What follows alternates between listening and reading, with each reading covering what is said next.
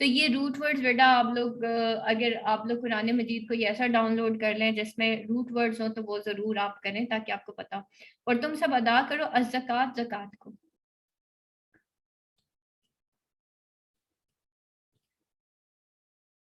اور ورکعوا مع الراکعین، اور کیا کرو، ورکعوا، وا کا مطلب اور، ارکا پھر واو الف آ رہا ہے. کتنی دفعہ واو الف آ گیا؟ ٹھیک ہے، ہم نے کتنے آج جمع پڑھ لیے، یا نون والے بھی جمع پڑھ لیے اور واو الف والے بھی جمع پڑھ لیے. آگے میں نے آپ کو لسان القرآن پڑھانا ہے تو میں پھر آپ کو بتاؤں گی یا نون کیوں لگتا ہے اور واو الف کیوں لگتا ہے.